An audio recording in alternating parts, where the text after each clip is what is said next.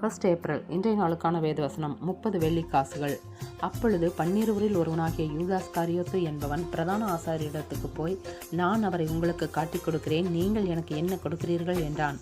அவர்கள் அவனுக்கு 30 வெள்ளிக்காசை கொடுக்க உடன்பட்டார்கள். மத்தேயு 26, 14, 15 வசனங்கள். 30 வெள்ளிக்காசுக்காக அவன் இயேசுவை விற்றது அவனுடைய பேராசையை காட்டுகிறது. கெத்சமனே தோட்டத்தில் இயேசுவை அடையாளம் காட்ட அவன் பயன்படுத்திய அடையாளம் என்னன்னா முத்தம். நீர் வாழ்க என்று கூறி முத்தமிட்டே அவன் துரோகம் செய்தான். பிறகு இயேசுவுக்கு தண்டனை விதிக்கப்பட்ட போது, ஐயோ, நான் குற்றமற்ற இரத்தத்தை காட்டி கொடுத்து விட்டேனே என்று சொல்லி மிகவும் மனம் வருந்தான். கடைசியில் என்ன ஆச்சு?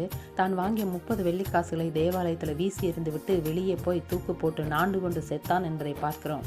என் கூட இருப்பவனே என்னை காட்டி கொடுப்பான் என்று இயேசு முன்னமே தீர்க்க தரிசனமாய் சொல்லியிருந்தார். இந்த வசனம் நமக்கு போதிக்கிறது என்னன்னா, பணம், பேராசை, சுயநலம் இவையெல்லாம் ஒரு மனுஷன் எவ்வளவு பெரிய ஆளா இருந்தாலுமே அவனை ஒரு நாள் கீழே விழத்தள்ளும்.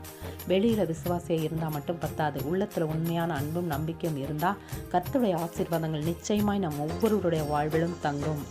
ஆமேன். God bless you.